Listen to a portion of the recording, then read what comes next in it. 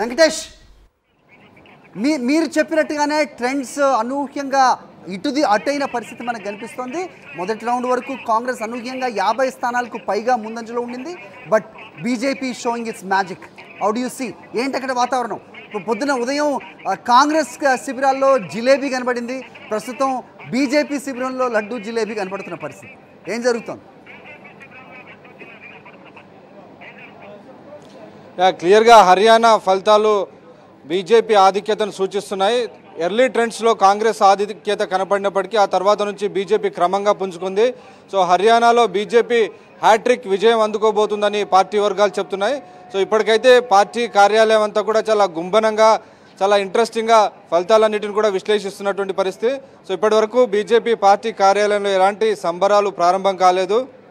మరొక గంట సేపు తర్వాత ఫలితాలన్నీ కొంత స్పష్టత వచ్చిన తర్వాత బీజేపీ కేంద్ర కార్యాలయంలో కొన్ని సంబరాలు చేసే దిశగా పార్టీ వర్గాలు ఏర్పాట్లు చేసుకుంటున్నటువంటి పరిస్థితి. సో ప్రస్తుతానికైతే అందరూ ఫలితాలన్నిటిని కూడా చాలా ఉత్కంఠతో ఎదురు చూస్తున్నటువంటి సందర్భం మనకు కనబడుతుంది. క్లియర్గా బీజేపీ మెజారిటీ మార్కును దాటింది. 46 సీట్లకు పైగా స్థానాల్లో బీజేపీ ఆధిక్యంలో దూసుకుపోతున్నటువంటి సందర్భం మనకు కనబడుతుంది. సో ఇలాంటి ట్రెండ్స్ రావడానికి, ఇలాంటి ఫలితాలు రావడానికి కారణం ఏంటి అన్న దానిపైన రెండు శిబిరాల్లో కూడా కొంత ఇంట్రాస్పెక్షన్ మొదలైంది.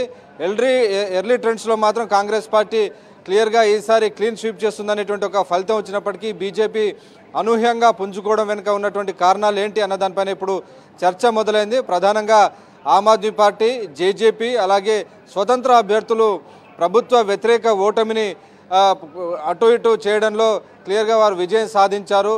యాంటీ ఓట్ బ్యాంకును స్ప్లిట్ చేయగలగడంలో ఈ మొత్తం చిన్న పార్టీలన్నీ కూడా కీలక పాత్ర పోషించాయనే ఒక చర్చ జరుగుతుంది. సో దాని కారణంగానే బీజేపీ చాలా క్లియర్గా ఒక అతిపెద్ద పార్టీయే కాదు, ఒక మెజారిటీ మార్కును సాధించి ప్రభుత్వాన్ని మూడోసారి కైవసం చేసుకునేటువంటి దిశగా ప్రయాణిస్తున్నటువంటి సందర్భం మనకు కనబడుతుంది.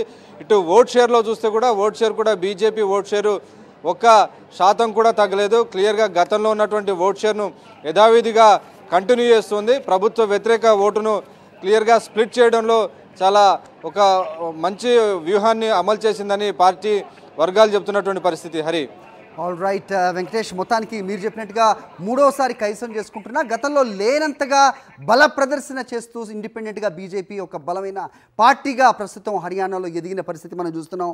దీనికి కాస్ట్ మెట్రిక్సా, లేకపోతే రీజన్ వైజా, డెమోగ్రఫిక్సా, వీటన్నిటిని కూడా విశ్లేషించాల్సిన అవసరం ఉంది. అటు గుజ్జర్లు అవ్వచ్చు, బ్రాహ్మిన్స్ అవ్వచ్చు, ముస్లిం కమ్యూనిటీ, దళిత్స్, అలాగే జాట్ వర్గం అందరూ కూడా ఏకపక్షంగా బీజేపీనే బలపరిచారా అన్నట్టుగా ప్రస్తుతం సాగుతున్న ట్రెండ్స్ ఎటువైపు దారితీస్తుంది, ఎన్ని సీట్లతో అధికారంలోకి బీజేపీ రాబోతుంది అనేది మరి కాసేపట్లోనే తేలనుంది.